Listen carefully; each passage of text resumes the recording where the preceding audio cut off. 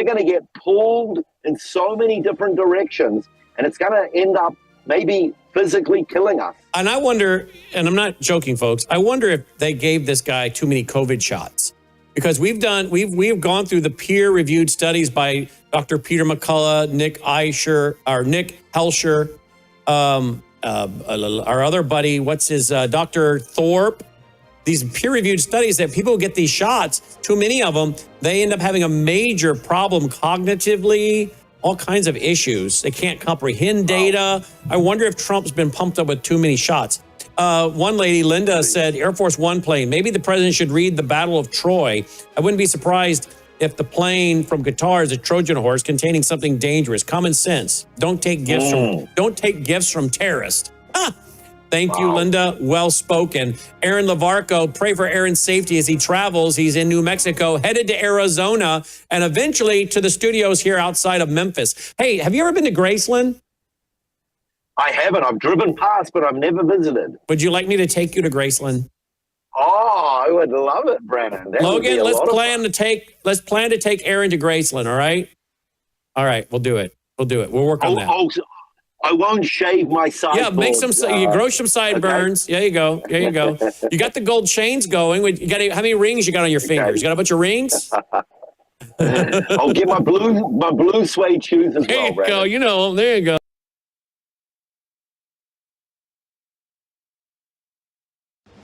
Colonel Rob Maness has a lifelong record of providing dedicated service to this nation. Having worked his way up from the enlisted ranks to full colonel, he served our country for more than 32 years. He has served as a bomber squadron commander, bomb disposal technician, Joint Chiefs of Staff operations officer, assisted the national security team with the campaign plan for the global war on terrorism. He authored the first theater nuclear war plan and served as the vice commander of America's largest airborne intelligence wing. Colonel Rob Maness is a true American hero.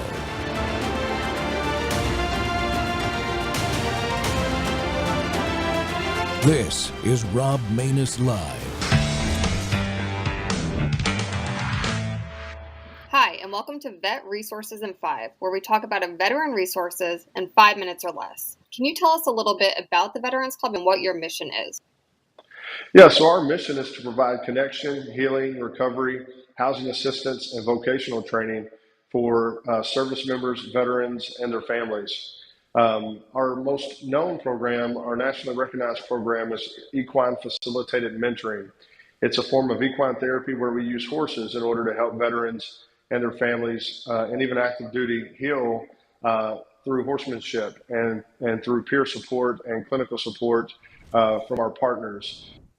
Friends, welcome back to the Rob Maness Show. It's Whistleblower Wednesday, and we're live on Worldview Tube and X Spaces simulcast. Today, we're exposing the weaponization of the DOJ and the Veterans Affairs Department against one of America's true heroes. As you just saw, even the VA itself put Jeremy Harrell on their show because of the powerful work he was doing helping veterans heal. Jeremy Harrell's an Iraq combat veteran who came home with severe PTSD and traumatic brain injury. The VA rated him permanently disabled at 70% plus individual unemployability. Remember that term, individual unemployability. His own VA mental health providers encouraged him to volunteer as part of his therapy. And in 2019, he founded Veterans Club Incorporated, a faith-based nonprofit helping thousands of veterans and first responders overcome PTSD, TBI, substance abuse, and homelessness, and I'm sure prevented some suicides too. He served as the unpaid volunteer chief executive officer, no salary, no paycheck, just a disabled veteran giving everything he had to help his brothers and sisters. For that service, he was named Kentucky Veteran of the Year, inducted into the Kentucky Veterans Hall of Fame, honored in the congressional record by Senator Rand Paul, and personally congratulated by President Donald J. Trump. But the Biden DOJ came after him anyway. They indicted this man for theft of government funds simply for receiving his VA disability benefits while volunteering full-time.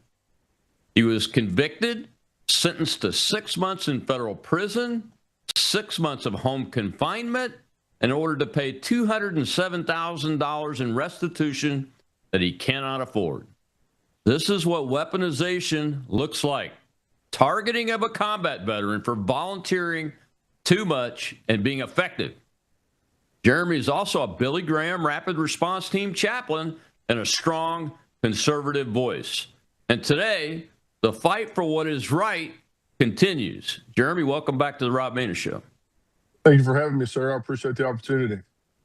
Yeah, first time you were on, I didn't use that clip from the VA, but I think this is very appropriate. You and I both support a group called Veteran Action, and there will be a clip in the show from their founder, Mark Lucas, here in a segment or two. But it's just ironic. So I wanted to give it some press and give you a chance to talk about it. But first, the first time you were on, we focused mainly on your case. Tell folks how you got injured and that experience that happened on your combat deployment. Yeah. So, the TBI was from blast, from mortar rounds, but also it was a culmination of blast throughout my career in the military. And one thing they're starting to find out now through research, and I just come off of a 3-month treatment program down at the Shepherd Center in Atlanta, Georgia. They have a program where they focus on military, but also other government agencies like FBI, CIA, other alphabet agencies that have TBIs as well. But even training over the course of many years of explosives and firing weapons can create traumatic brain injuries. So there's veterans out there and even active duty military who are out there today still serving who probably have that and may not know it. And so I went years before I was ever diagnosed with it because it just, everybody contributed everything to PTSD because there's a lot of overlap in symptoms. And because PTSD is much more common and it's kind of a buzz acronym, right? In the veteran community, that's kind of what they rely on. And so I learned a lot about how those blasts, how they affect the brain, and then how the brain affects your whole body. And so that's when I worked at the detention centers in Iraq, particularly Abu Ghraib, there were multiple times where there was mortar rounds fired in, and so that's one way. And then I had multiple TBIs, and then there were other incidents that weren't involved in combat where I had concussions. Once you have a TBI, it's important to note that it's anyone that comes after that. It's very easy to get worse. And so I've had about 3 or 4 TBIs since the initial one, since my time in Iraq. One was an ATV accident later, maybe around 2018, that wasn't contributed to the military, but it was exasperated because of the ones that I had in the military. So I'm still dealing with the effects of that. So that's how that occurred. PTSD obviously was from the whole deployment, right? From just seeing the things that we saw, the experiences that we had, but it's also the environmental part of that. A lot of people focus on the rounds firing down range. They focus on the gunfights, and ultimately that is very traumatic because when we train over here, we don't think about. We don't really get fired back at, when we're shooting rounds down range at pop-up targets. Yeah. We don't experience that. But the other part of that is the environmental factors of that, being out in the middle of a extremely hot desert, living in accommodations that aren't so nice, that aren't so comfortable for long periods of time, being away from family, being away from your children. All those things culminated together can create traumatic response in your body. And so there's so much more to PTSD and to TBI than just, the gunfights and just, what we think of when we hear in the news and things like that. Yeah. One of the very few things that I actually talk about the NFL, National Football League, in a Yeah. positive way now is their work on concussions and TBI, and especially the cumulative effects. One of the things I've learned working with being on the board of directors for Military Veterans Advocacy, especially, is the combination of long-term TBI, repetitive TBIs, the cumulative effects of that when overlaid on the PTSD. You actually have different types of symptoms than if you just had PTSD. It's a very different type of reaction depending on how severe the TBI is. So it's something that we've got to continuously assess and look at and do research on to, get to the solution as quickly as possible. And speaking of solutions, you were on the VA podcast there to talk about the club that you created as a volunteer. And I'm sorry, I laugh. I'm not laughing at Jeremy, folks. I have to chuckle sometimes. It's my protective reaction to keep me from yelling about the VA, or anybody else that treats people poorly, So your club, remind folks how you set it up, what its basic functions are, and then what's it doing today? Yeah. So, when you think about all that's come down from this whole incident, Veterans Club, the way that we started is, through the course of my own recovery, I've been to over 12 programs for veterans around the country to try to figure out how to manage the symptoms of PTSD and traumatic brain injury and things like that, and transition issues.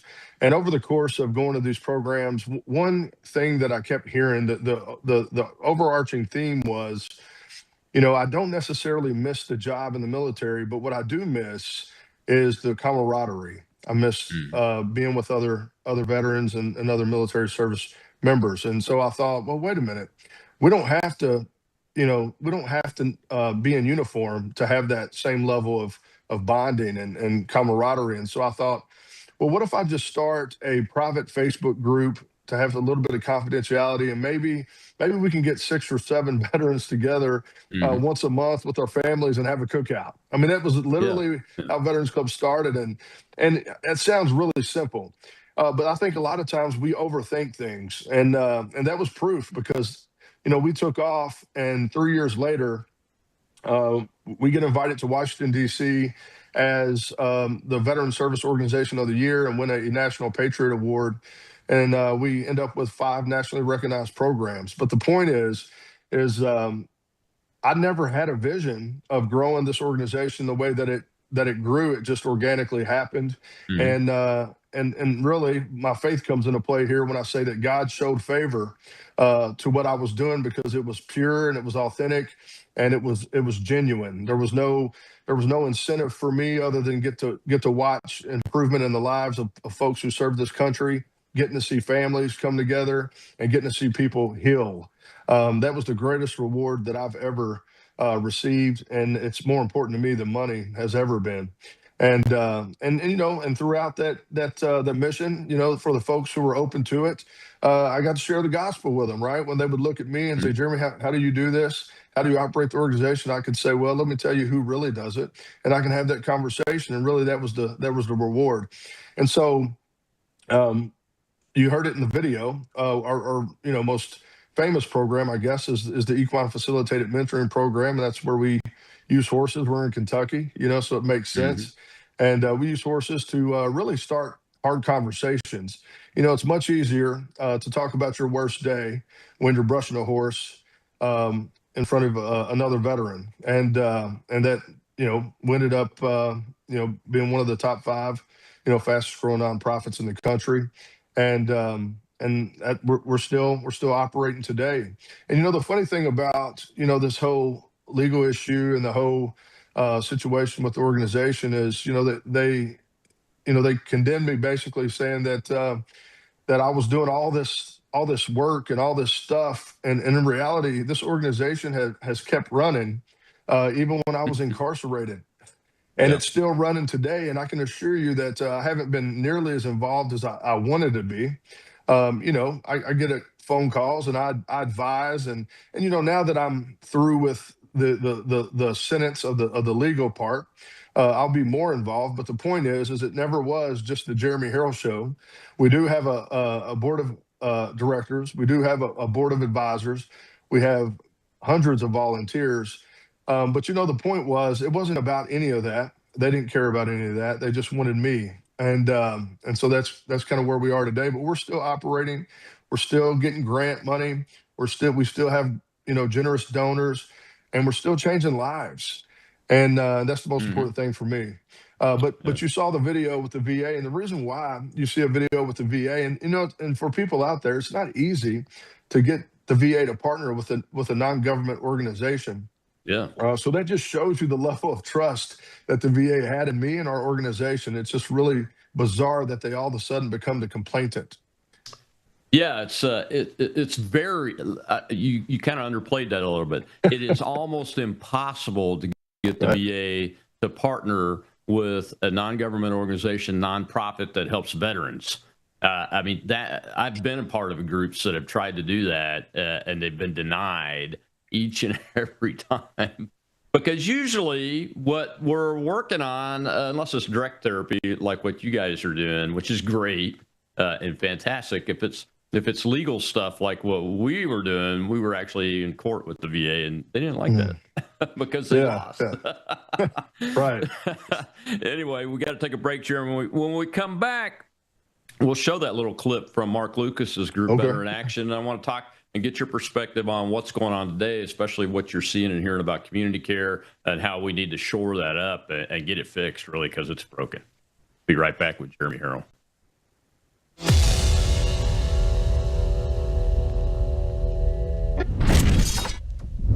Take a look at the water you just poured. It looks clean. It tastes fine. But what's really in it?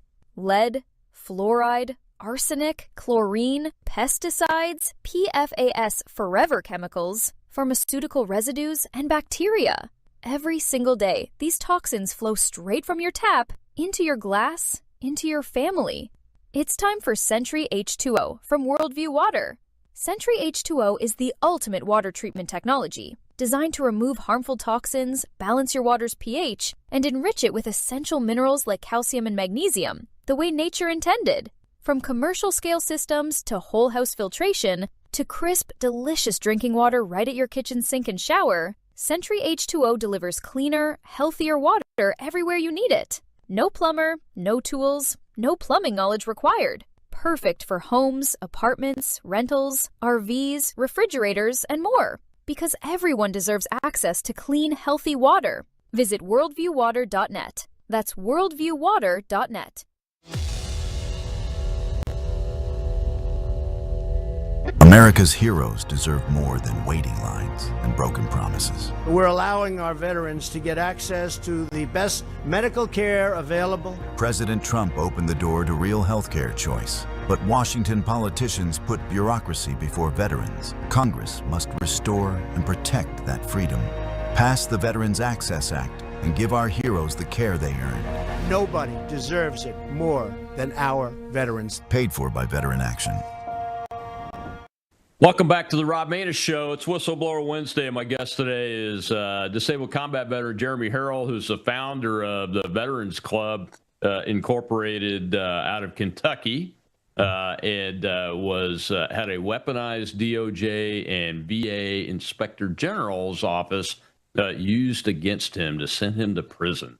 Jeremy, that little ad right there, I wanted to use that because it's appropriate for current events. The VA still has a lot of broken parts in it, doesn't it?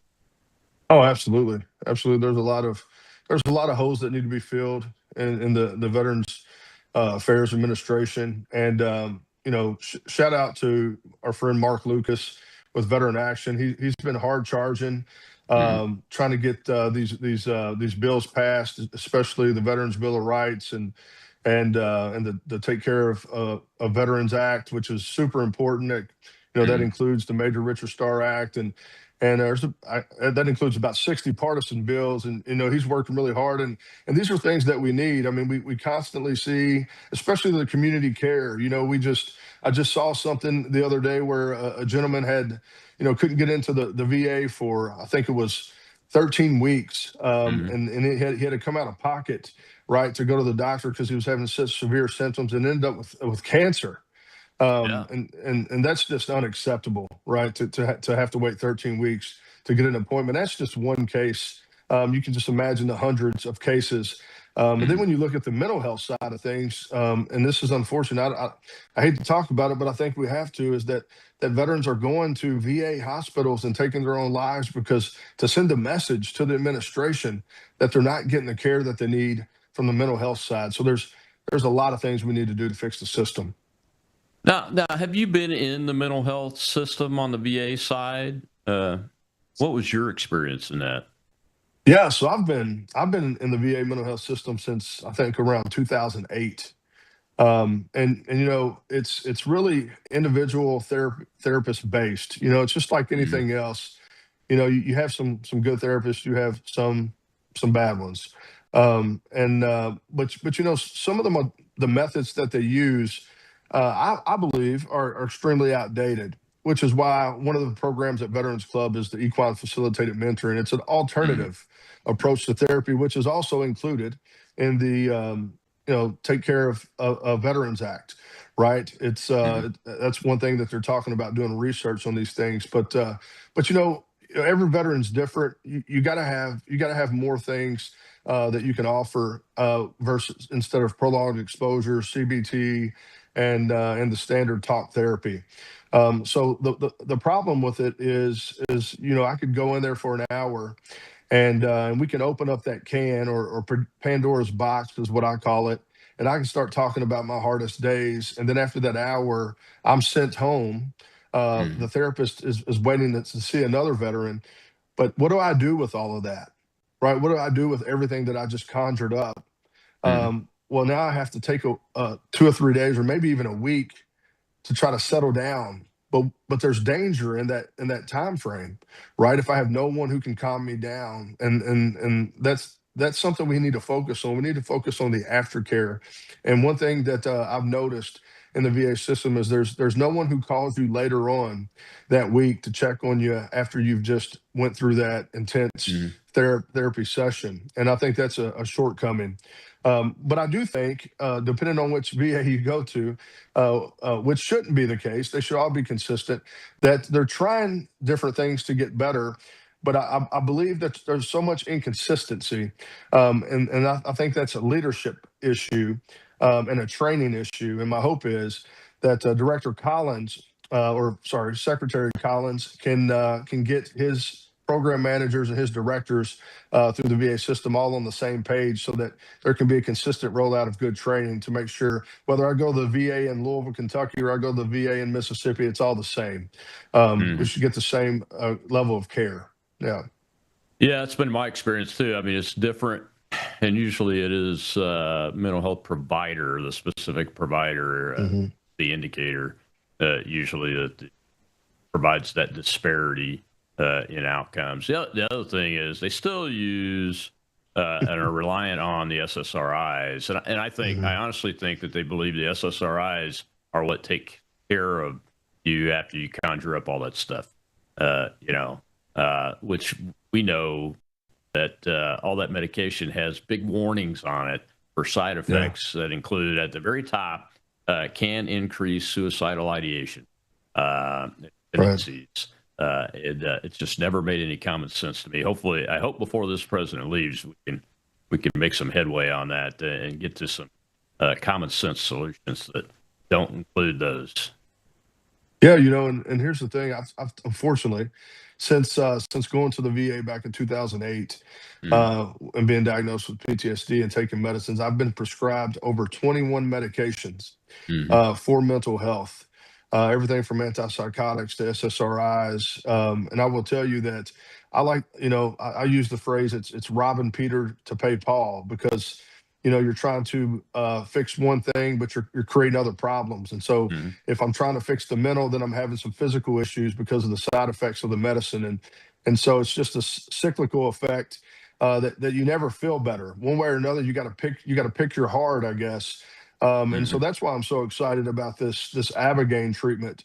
And I did recently have a meeting with Brian Hubbard with Americans for Ibogaine, and I'm very excited about that conversation and very excited to hopefully soon go through that process myself to where I can really speak intelligently about how it impacted me. But I'm looking forward to that. And what's good about the Ibogaine is it's a one and done situation, and you don't have to be on these horrific medicines for the rest of your life. And so yeah, I agree with you. We can't just. I mean, here's the deal. You're just masking symptoms. You're not getting to the root cause and the source of the problem. And I just think that's the cop out. Is let's just feed medication.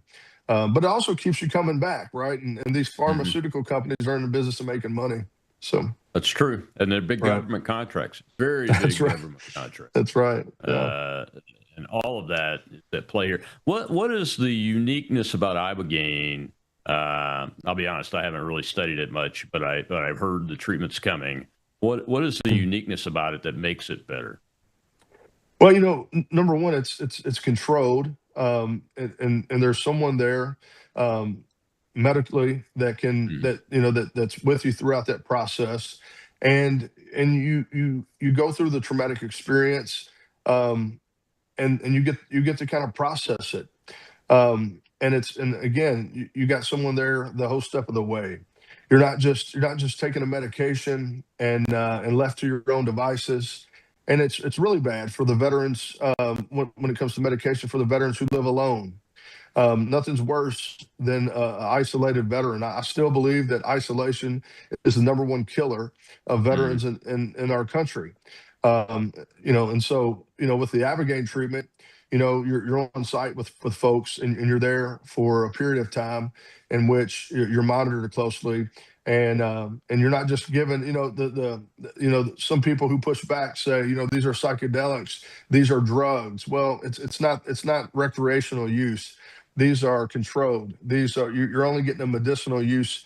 You're only getting so much to fix the problem. And so, but once you get through that, and it's not a fun process. It's not. It's from what I understand and what I've read and what I've heard about, is that it's very difficult, and it's not a walk in the park. But again, once you get through that, well, then you feel better, and it's over an 80% improvement immediately.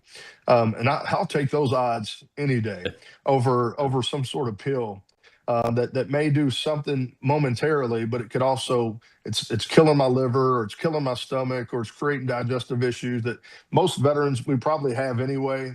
And so yeah, so I'm a huge advocate for anything alternative anyway, anything that we get from the earth that God has provided versus something that man made where they sell a bunch of it for a bunch of money. That's just my perspective. Yeah. A recent study just came out, a peer-reviewed study about the long-term effects of SSRIs, these physical symptoms that heretofore I've been told, it was told they were temporary. Now it looks like a lot of them are permanent if you were on the medication long enough. So that's another reason to step away from that.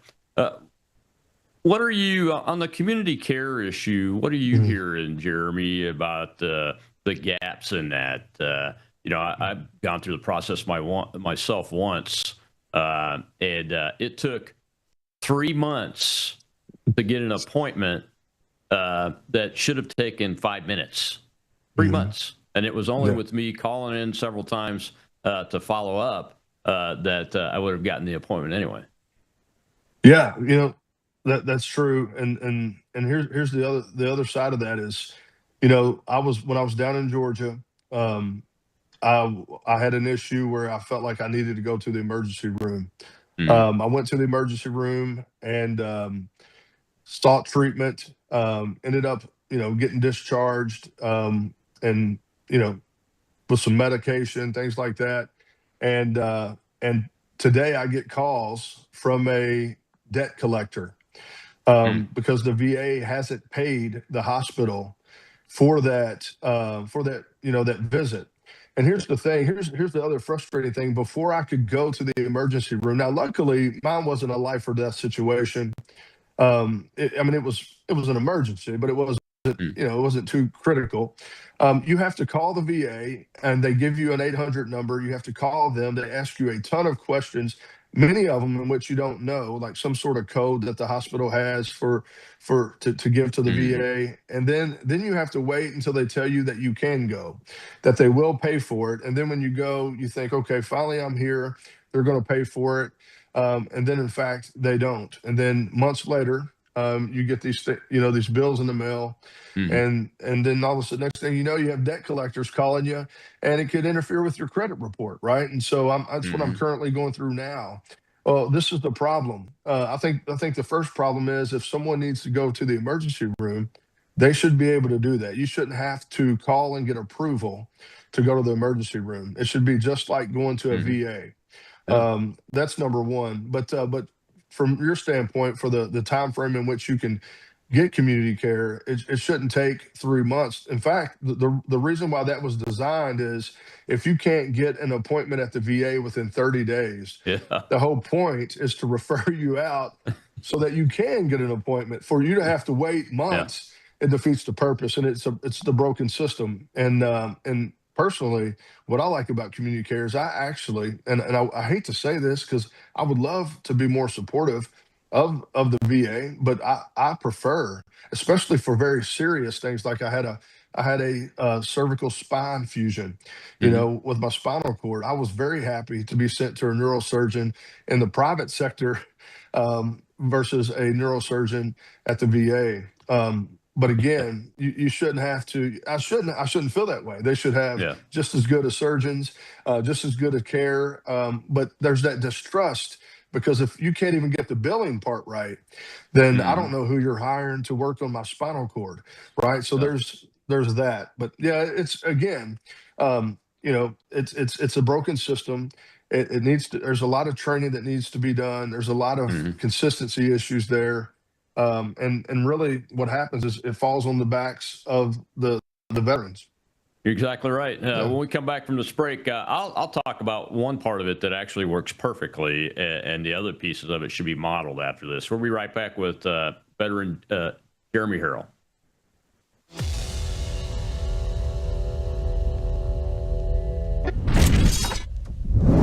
Introducing Worldview Tube Vault. Over 35 years of radio broadcasts, television programs, documentaries, and ebooks. Plus, Worldviewpedia, our powerful search engine for instant worldview and Bible research. Join for as little as $7.99 a month. And now, Vault members get something brand new, courses. Our very first course is here, the Book of Revelation with Brannon House. 53 in-depth lessons, complete with overview quizzes, walking you verse by verse through one of the most important books in Scripture. Getting started is simple. Go to worldviewtube.com/vault and join today. Already a member? Visit worldviewtube.com, click the person icon in the top right, and log in. Then hover over Vault in the menu and select Courses. That's it. You're in. Join WorldviewTube Vault today at worldviewtube.com/vault. I know it's only because of that. It's because I tried every other thing that I could possibly imagine and failed miserably, and rightfully so. And so when I started doing it this way, the way that it's prescribed in here, things started going a different path, and I started to become a different man, a better father, a better leader, and the desire to serve something bigger than myself. And so I'm forever indebted to these words, and just thankful that we have a God like that to serve. Welcome back to the Rob Maness Show. It's Whistleblower Wednesday. My guest is once again combat veteran and disabled veteran Jeremy Harrell, who has been a victim of a weaponized inspector general at the VA and Department of Justice system that went after him for the volunteer work that he was doing in an unpaid capacity because of his disability rating. And Jeremy, that was a clip of you talking about the Bible and about God and your experiences. But before we dive into that, let me say one thing about community care. There's one aspect that the VA has right, and that is the urgent care capability.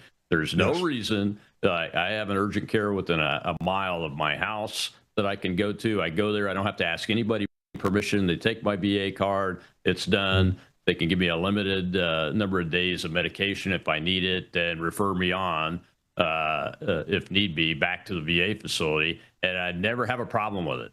That should be happening for emergency rooms. Yes. It should be happening for regular community care. I ought to be able to take a list of approved providers and call and get an appointment and have priority for that appointment, and the bill gets sent to the VA. It's as simple as that, folks. If we can do it for urgent care, we can do it for the rest of it. So there is some good that's going on. But we need to fix the rest of it, and that's what that Veterans Access Bill is about, and some other bills that Mark Lucas and the team are working on. And one other thing President Trump implemented is from the mental health side. Any veteran who is in a mental health crisis can go to any ER nearest them.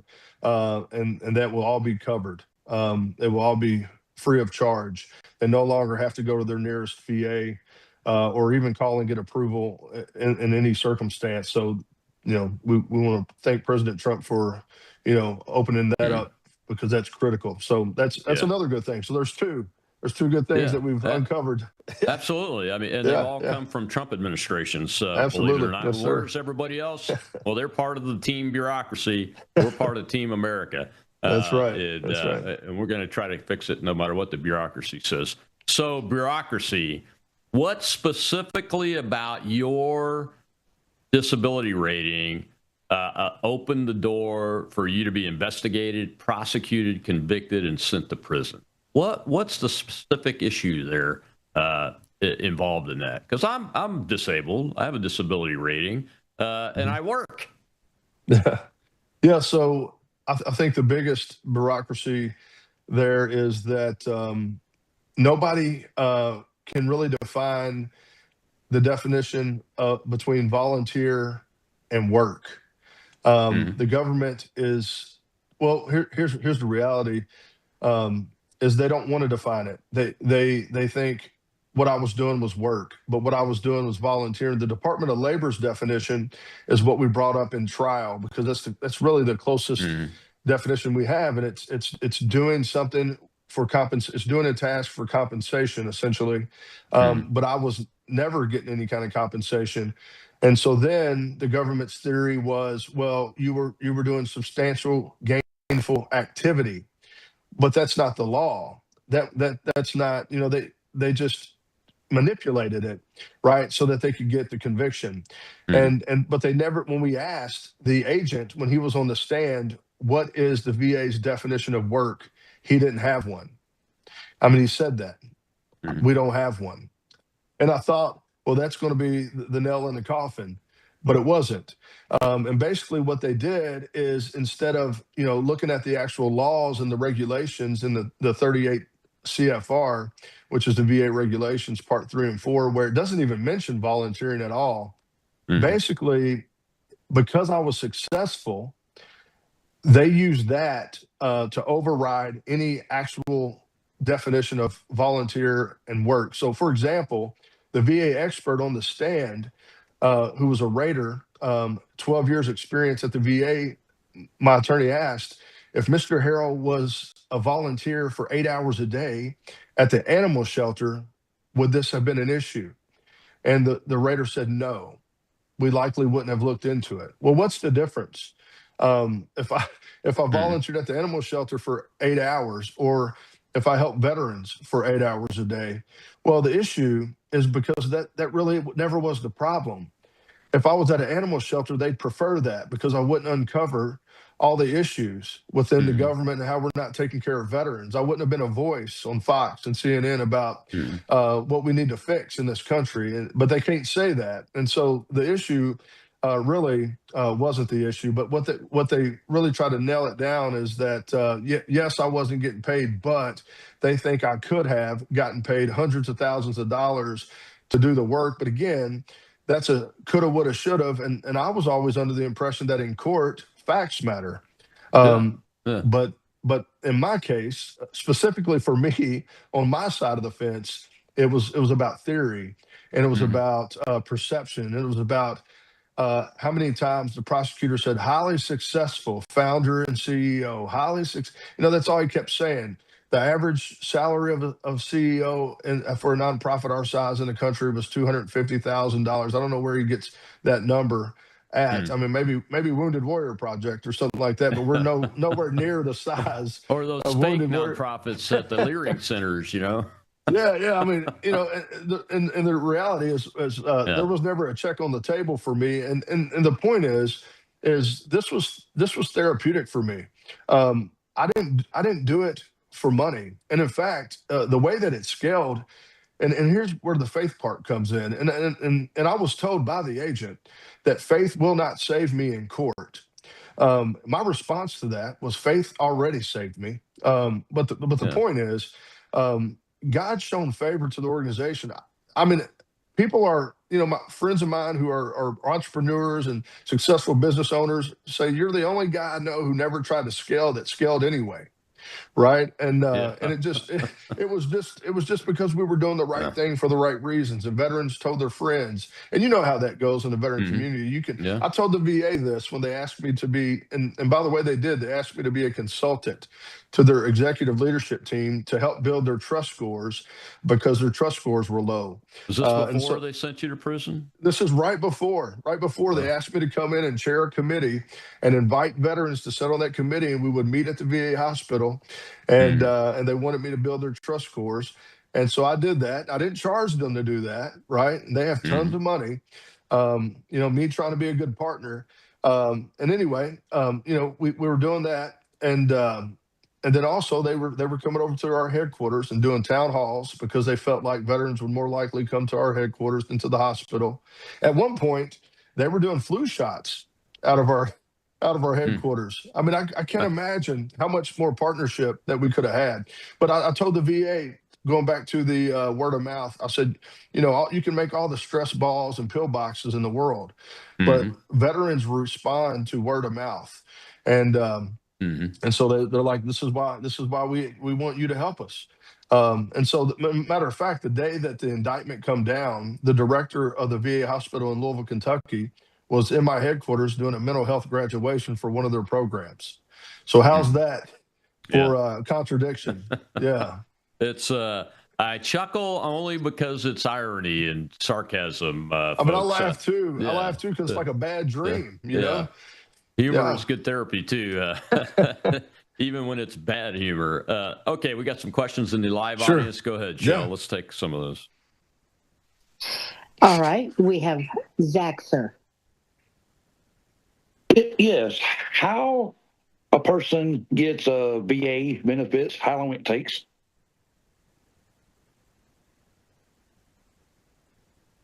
You want me to answer that? Or? Yeah. Go ahead, Jeremy. What's your experience with? So I think that part is getting a little better because of technology. When I first got rated back in 2010, it took me almost 2 years. But now I think they're trying to do it within 120 days.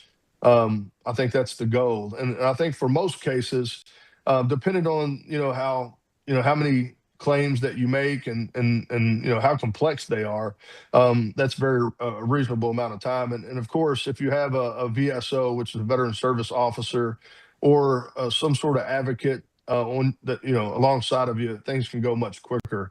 But yeah, I think they're getting better at that part. Yeah, and in 2012, it took me about 19 months, I think. But I had a big claim. I had 3 volumes of medical record and all that stuff, and had some help with the BSO. But it was getting shorter. And folks, if you're still on active duty, there is a way to file your disability paperwork before you leave active duty now. So check into that. That way you can have a rating on discharge, at least a minimal one, and then go from there. The other thing I would say about that is that very rarely does somebody come out and get a rating over 50 or 60% right out of the gate. Most people are in the 30s to 60 from my experience. This is just my experience. Unless they're, completely mobile, those kind of things. Some of these ratings happen over time, those kind of things. So it's something that the system is really was not originally designed to be speedy for some reason. You would think it would have been, but it wasn't. They've been working to fix it a lot. So that opening clip there, you were talking about God and the Bible, and I'm assuming that's post-prison time. Is that correct? No, that's was that's actually before? that's actually Okay. an interview I did. Actually, what's interesting is they used that interview is actually a very long interview. They used part of that. They played that in trial, certain pieces, obviously but they didn't play that part. Imagine that. So I did that. I think it was maybe I want to say 2019, 2020, maybe. Yeah, I think it was 2020 because for most of it we had to wear a mask before and after, the pre-show and after the show. But yeah, that was around that time frame. Yeah, so I guess it's because you were 70% and you had this thing about employability as part of your specific rating. Is that right? Is that why they were able to come after you for this?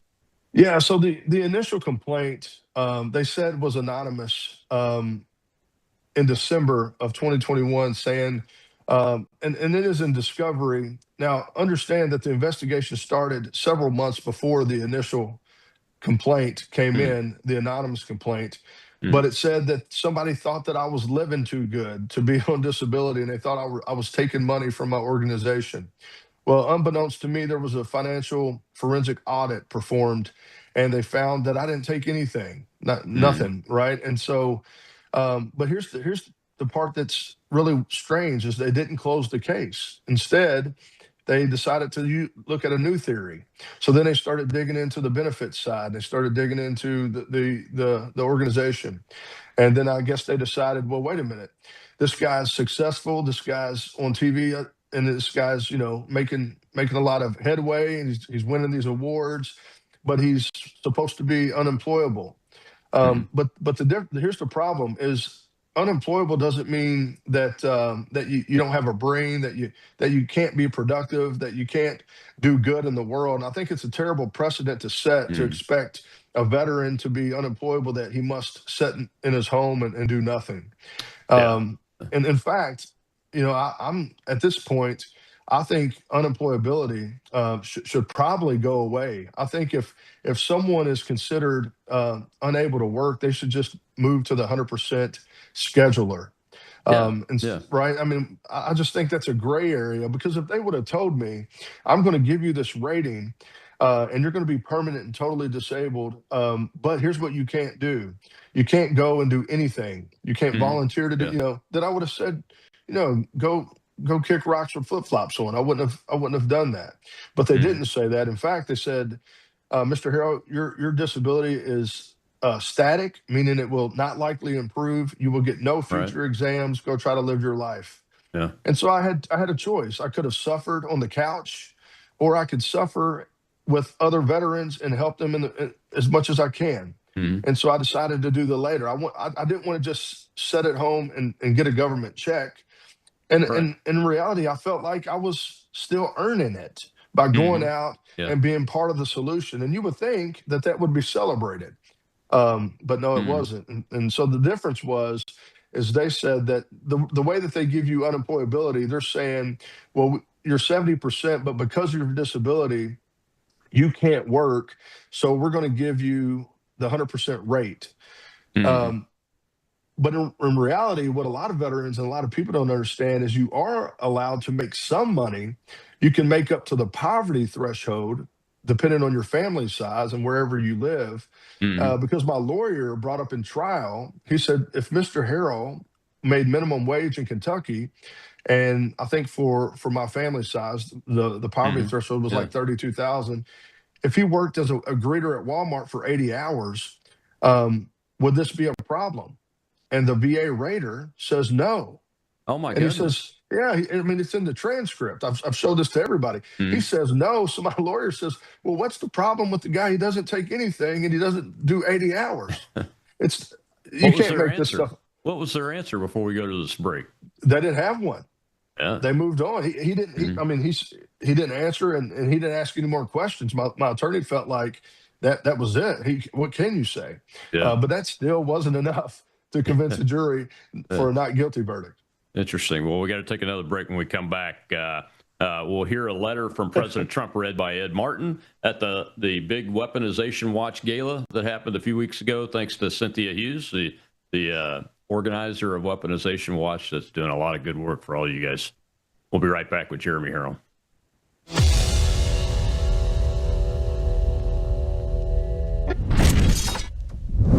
You woke up with a sore throat and a low-grade fever. You know you are getting sick, so here's your choices. You can get sicker and miss work. Try to see a doctor this week or sit hours in a crowded waiting room at urgent care. I have a smarter option for you. Open your medical emergency kit. Match your symptoms to doctor-recommended prescription in your booklet and take the right meds now and get well faster. This is not a first aid kit. It's like having an urgent care in your home. It includes doctor-prescribed medications to treat over 39 medical issues like respiratory infections, strep throat, pneumonia, UTIs, and more. No waiting to see the doctor and no standing in line at the pharmacy. It's right here. Every home should have at least one medical emergency kit, and here's how to order. Go to worldviewhealthcare.com. Your kit to treat dozens of common and serious illnesses is rushed to your door. worldviewhealthcare.com. That's worldviewhealthcare.com. The emergency kit available at worldviewhealthcare.com. Make sure you don't have to go to urgent care. I got pneumonia. I didn't have to go. I took this last year. Stayed at home. Went to bed.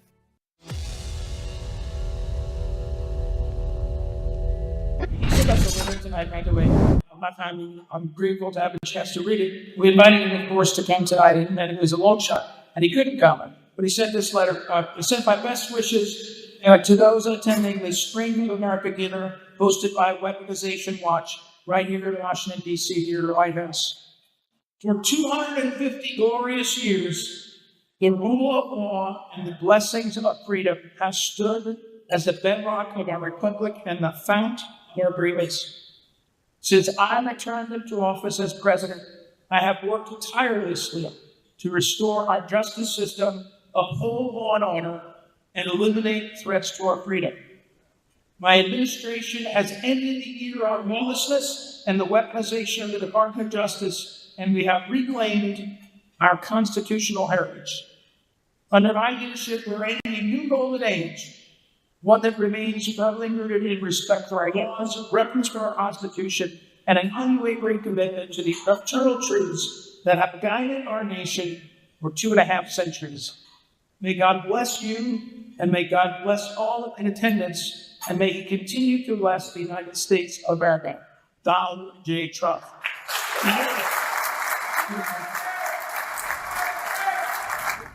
Welcome back to the Rob Maness Show. We're live on Worldview Tube and our X Spaces simulcast. And my guest is veteran Jeremy Harrell, who was a victim of the weaponized DOJ and Veterans Affairs Department Inspector General, just for operating a veterans nonprofit that helps people deal with their wounds of war, essentially. Jeremy, that was a letter being read by U.S. Pardon Attorney Ed Martin, a letter from President Trump to the Weaponization Watch Gala, Strength of America, that Cynthia Hughes organized, and she is the primary operator of weaponizationwatch.org, folks, and you should go there and make a donation too, in addition to Jeremy's organization, because they're a nonprofit. And it takes dollars to do this stuff. Yes. Jeremy, how did you feel about that? I bet that room was full of hundreds and hundreds and hundreds of people that are victims of weaponization and their families. Yeah, I really appreciate the president's words, and what's great about this president is they're not just words. Yeah. Not only is he able to get a speech out, but he actually stands by what he says. And Cynthia, I can't say enough good about her. She's a brilliant woman. She's a vicious advocate I've never seen anything like her, and brilliant in the way that she took some of the best attorneys in the nation and put them in a room with some of the most the biggest victims of weaponization in the nation, and allowed us to commiserate and share our stories with them in a place where we likely would never have been able to do that, and so we were able to be heard, and we were able to get our stories out to people who could do something about it, and I appreciate that, but I'm thankful, to have a president who, unfortunately, he's experienced this, and he knows how this feels and how it affects his family. And his son Eric Trump talks a lot about it in his book Under Siege, and how they were all debanked and how it affected the whole family. And I think that's why he's so adamant about doing what he can to fix it. And I'm hopeful to have him in office, and as I navigate this, because it's at the point now where it's kind of out of my hands, and so I'm just thankful that he's serious about making sure that this ends during his administration. Absolutely, and I know you're on the pardon list for the Pardon 250 effort that's going on there. We got some more questions in the audience. Let's try to take those before we get to the end of the show. Sure. Go ahead, Shel. We have Liz, sir. Thank you, Michelle. Good afternoon, Colonel Maness. Jeremy, first I want to say thank you for what you do. I am a Marine Corps veteran, and I am still fighting with the VA because they've lost part of my records when I was in the Marine Corps, because I was in 1979 to 1983. And what I do have, you can't read because it was on microfiche. But can you sue these idiots for falsely bringing false claims? Because, I mean, basically they slandered you by saying that you were taking money from your organization that you did not take. And why are you not 100%? That's my other big question. I also have PTSD. I still can't get through the system. I'm still fighting it. But you, as a proven combat veteran, certainly going through what you've gone through should be 100%. And I don't mean to be emotional, but the biggest thing you do for veterans is you have ears and you're listening to them. And veterans do better with veterans. And that's a proven fact. We see it on X all the time. And that's one of the reasons I come to the Colonel Show as a fellow veteran. Thank you. Yeah, well, my response is, the VA has done a lot of studies and has proven that volunteerism does mitigate symptoms. They've done their own studies, so it is bizarre. But I will say that as far as me being 100%, I will say that since I've been released from federal prison, they have increased my disability 3 times. I'm currently sitting at 90%, and I have some claims that are in process. As far as suing the VA, because I'm not an attorney, I don't know what that looks like, to be honest with you. I'm still fighting this other battle currently. I have to save that one for another day. But I appreciate your service, and it's okay to be emotional. I'm emotional often because we both understand what it looks like to be in front of one another when we're trying to navigate this challenge. I mean, I tell veterans all the time, the second we walk out of our front door, 93% of people won't understand us. And so that's why we got to have each other. And that's why we got to surround ourselves with like-minded people who understand the struggle that we have. So I hope you find your records. I will say that when the VA can't find your records, they do have a duty to assist. That means that you can submit other evidence, buddy statements, even your own statement, and they have to consider those. So I hope that helps you. Absolutely. Thanks, Jeremy. I appreciate that. Thanks for the question, Liz. It's okay, folks. It's okay to be emotional about this. Yes. I mean, most people, all of us have given everything we've had in our youth, especially to the country. Most of the time when you're talking about these situations and everything. Before I let you go, and folks, Jeremy is going to be in the after show on X Spaces simulcast. I can't be there today, but he is going to come into that to answer more questions and everything. But obviously, you're a Christian, my friend. You're actually a chaplain, I think, in the Franklin Graham organization, Billy Graham organization for crisis response.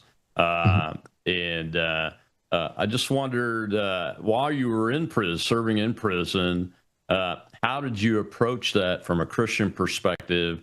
And I know you witnessed to non-Christians while you were in there, right? Yeah. So actually, the day that I self-surrendered to prison and I went through, you have to go to the main prison. I was in a satellite camp next door. So I go to the main prison, I get processed, and I went over to the satellite camp. And before I ever made it to my bunk, there were other inmates there who, and here's the funny thing, they have a knack for getting information. They know who's coming. And because my story in my case was, highly, publicized, folks knew I was coming, and they knew my background. And so there were people coming up and saying, hey, Jeremy, I know that you're a chaplain, and we don't have a chaplain here at this facility. And we were wondering if you would do Sunday services. And so while I was there, that was primarily what I did. I did Sunday service. In fact, my last sermon was Mother's Day of 2025. And then I held Bible studies 3 times a week. And then, of course, I talked to men and mentored men who have never had anybody sit down with them and talk to them about, it could be about God, it could be about life. But that's primarily what I did there. I just try to utilize that time. I try to share the gospel. I tried to take advantage of an opportunity that God gave me, even though I didn't like it, even though I would have preferred to go home at night. And I even prayed that. I said, Lord, don't get me wrong, I would have done this. I would have loved to go home at night, though. But we got to take advantage of every opportunity to share the gospel, and that was a good place to do it. And I will say that out of 200 inmates at that camp, we had a congregation of 48, and that's not bad for a prison. But the Lord, even in that place, He got me through it, and He gave me an opportunity to bring honor and glory to Him. So that's what I did. Yeah, God is good, my friend. God is good all He the is time. good. Absolutely. And God bless you. I appreciate that. Tell folks you're a strategic advisor now for the Veterans Club Incorporated. We did get that up on the Chiron. But tell folks how they can find the club and you right now before I let you go real quick. Yeah, so you can find us veteransclubinc.org, and of course you can find us on all social media platforms. And I just opened up an advisory business, started an LLC. I will be doing crisis management, leadership under pressure. Obviously, I have a lot of experience in that now. I never wanted it, but I have it, and I'd like to share it with other leaders. It ain't the pretty stuff. It ain't the motivational stuff. It's the stuff that we don't want to deal with, but we have to. So if anybody's in the market for that, I'd be willing to help you.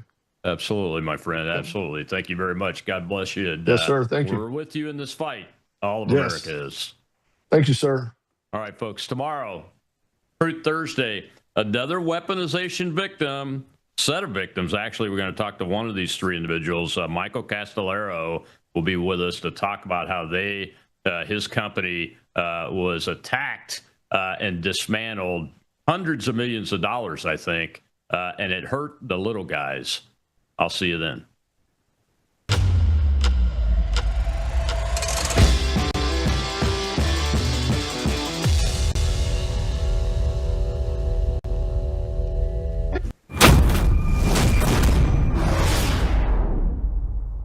You're watching Worldview 2, built on the 35 years of Worldview books, documentaries, research, high-profile interviews, and the radio and television broadcasts of Brennan House.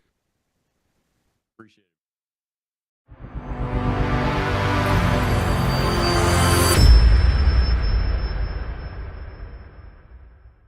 it. Welcome to Technocracy News with your host, Patrick Wood. I'm your co-host, Logan House. Today we have... Study finds scientists built cancer kill switch that turns on with flash of light. Spud cells, scientists build fully synthetic life form that can eat and produce. Technocracy's digital ID is being smuggled in on the backs of children. And lastly, we will have young adults in San Francisco hate AI. Quote, it's like having a dumb friend, end quote. It definitely can feel like that sometimes, Patrick, right? When you're trying to get it to do something and it doesn't understand it. I know. Yes, exactly. It says stupid things. It mixes up words or concepts or whatever. Well, let's go to this first article here. We have study finds scientists built cancer kill switch that turns on with the flash of light. It says photonics influences cells' behavior by using light. Technocrats have discovered that many cells or genetically modified cells express light-sensitive proteins that open or close ion channels when illuminated, changing membrane potential and firing patterns. In neurons, this directly controls excitability, synaptic transmission, and network dynamics on millisecond timescales.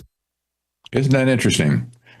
We've talked before about photonics and the potential use of photonics in medical treatments. It has other applications as well. I would think perhaps just controlling body chemistry in general. In the hands of the wrong people, that could be very disturbing for sure. But this appears to be like a splinter of the transhuman thinking that all of nature can be applied to, the human condition. Mm-hmm. And using light, specifically certain wavelengths, to trigger reactions in cells inside your brain, for instance. We've never seen this before, this kind of new behavior. And especially when it's coupled with genetically modified cells as well, synthetic cells, they call them. And this is a scientific discipline at this point is gaining a lot of traction. This article just underscores what's going on here. We can all be happy, I guess, that there's maybe a cure for cancer, or a lead anyway. But this is something that's like advanced technology that it'll be escaping everybody's understanding at some point, using light. Yeah, this way. It's very interesting, and I wonder what the other aspects it can be used for, other than just cancer, right? Yes, people. There's been studies in the military to try and figure out ways to use light as a weapon. Mm-hmm. I don't want to even think about that, but I can kind of see where that would be possible, especially if you have injected or introduced a certain element or a molecule or something in somebody's body en masse. Light could be used as a very effective weapon against people. So I'm just saying, this is an FYI notice. Don't use your. Go ahead. Well, don't use your flashlight to shine in your ear. And it has a chart here kind of explaining how this works. It says why light control drugs could make cancer treatment more precise. Today's drugs, always on, destroy GR throughout the entire body, affects healthy tissues as well as cancer cells. Light-controlled photopratics, is that how you say it? I think so. Okay. Yeah. On only with light. It's designed to degrade GR only when activated by light, allowing localized action.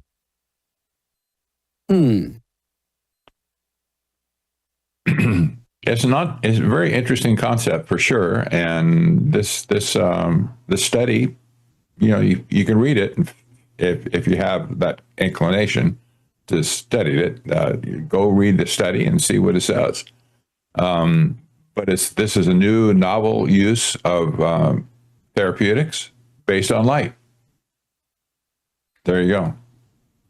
Very interesting. Well, let's go to this next story we have here. Spud cells. Scientists build a fully synthetic life form that can eat and produce. And I believe we've talked about this as well before, haven't we, Patrick? We showed not spud cells in particular, but you can see why they're called spud cells. They look like a potato in the picture. Maybe that's not why, but that's what came to my mind in the case. I think they have another explanation for it, but this technology is coming out of the University of Minnesota. In particular, the lady that's heading the whole thing at that university is Kate Adamala. She's an expert on synthetic life, that is artificially created cells. And this is a kind of a disturbing thing, because now what the claim is, they've created cells from scratch using synthetic chemicals that can reproduce, not normally, but they can eat as well, not sufficiently to make critical mass, but they've what's the right word for it here? They've opened Pandora's box at this point for synthetic life to take on another form of life. And they're not saying that that we're creating life. They're not displacing God in that way yet. But you can see the handwriting on the wall. At some point, they're going to say, well, if we can create one cell from other chemicals, not living cells, that opens the floodgate for all kinds of other things to be created. Really, and this is a team from the University of Minnesota that's putting this together. That's right. And the lady that's doing this, she's a young woman, very attractive, I might add. And she was interviewed by this guy in this podcast or whatever it is, I guess. And she's very articulate. She's very passionate for what she's doing. But she's totally bought into the concept, well, this is really a good thing, to create, be in a position to create artificial life. So this is we won't have to play it here, but this is a good video to listen to just see